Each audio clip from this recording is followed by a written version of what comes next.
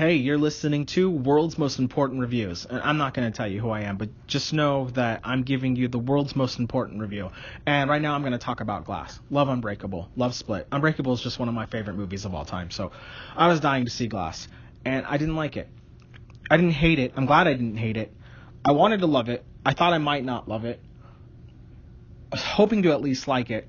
I'm disappointed that I didn't like it. There's a lot of good stuff in it, too. And James McAvoy acts the shit out of this movie. This is his performance in this is 10 times what it was in Split. He for me, he makes the movie 30% better just by being in it. And it's too bad that his excellent performance was in a mediocre film.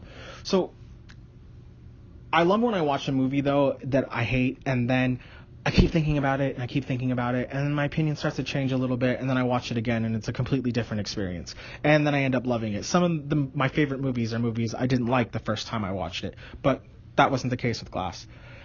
It just, to me, it kind of felt like M. Night Shyamalan just did one draft on it. It just felt like it needed more work. And the film was definitely not as grounded as the first two. There was a lot of, especially with the Sarah Paulson character, a lot of that stuff to me was ridiculous. Some of the ridiculous stuff I kind of liked, like the light switch and how it changed Kevin's personalities. That made as much sense as Sarah Paulson's occupation. Still, she specializes in people who have delusions of being superheroes. That was ridiculous. I usually normally like Sarah Paulson. I hated the way her character was written, and I hated the way that she acted that part. That being said, first act I thought was excellent. That was the movie that most people wanted to see, but I didn't go to this movie to see the movie that I wanted to see. I just wanted the movie that I saw to be a better movie than it was. And to me, that's what was disappointing. When the movie went into the second act and we were in the mental institution, I didn't hate that. I was on board with that. I didn't like how the movie spent so much time trying to convince us that maybe that they weren't superheroes when we already know that they are. And if that's what the end ended up being, it might have even been a more satisfying ending than the ending we got. The ending we got just seemed so out of left field, but I'll get to that in a minute. So like I said, James McAvoy, excellent. Casey Cook character, I love the relationship that they had. I kind of felt like her character didn't really have a whole lot to do in certain places, but all of her stuff with the Kevin character, that stuff to me was some of the best stuff in the film. What happened to David Dunn? That's everyone's favorite. I almost think that Bruce Willis told M. Night Shyamalan, like, yeah, I'll do this movie. I know how important this is to you, but don't give me a whole lot of dialogue. Because he starred in the first act and then just completely got sidelined in the second act. I almost forgot that he was in the movie. And then when we do see him, he doesn't really have McAvoy and Samuel L. Jackson. So that stuff was gold. To me, that's when I started to get engaged in the film again. The second act didn't lose me. I just wasn't crazy about it. I was still invested in it. And then I was like, okay, now we're gonna get into the good shit. And there was some good stuff. There was some interesting things happening. But, God, when they killed David Dunn, I was just like, are you serious? I assumed that they would probably kill Glass, but he didn't even have an arc. I didn't understand, like, what was the point of him?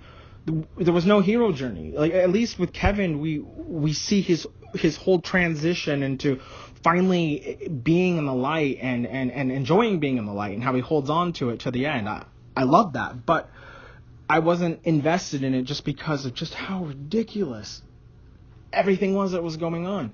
And the dialogue, too, was just like, it was silly. It reminded me of when I watched The Happening. I was like, okay, wait, the end of The Happening is going to have some crazy twist that's going to explain why this movie was bad. I don't know how M. Night's going to do it, but somehow he's going to shit brilliance on us, and he didn't do it. And the last act had Happening vibes. To me, it felt that just strange and uninspired. Let's talk about Glass's plan, the M. Night twist in the end. First of all, that kind of makes him the hero in the movie. he's trying to show everyone what their potential is. I don't know why it's important for him. I know why it was important for him to know who he was, but I'm not really sure why it was important for him to let everyone else know their potential. I mean, that's pretty cool of him, but I just felt like maybe he could have taken Kevin and David aside and was like, hey guys, this is my plan. Why don't we just, Kevin, why don't you turn into the Beast and we'll videotape it and get some crazy shit and then we'll broadcast it. No one has to die and we can continue to go about our lives and we can turn into superheroes and supervillains and fight each other and it'll be cool. I know that would not have made a very interesting movie, but maybe it should have had a more interesting ending. And all that stuff with Sarah Paulson and the secret society, and that was just, it was ridiculous.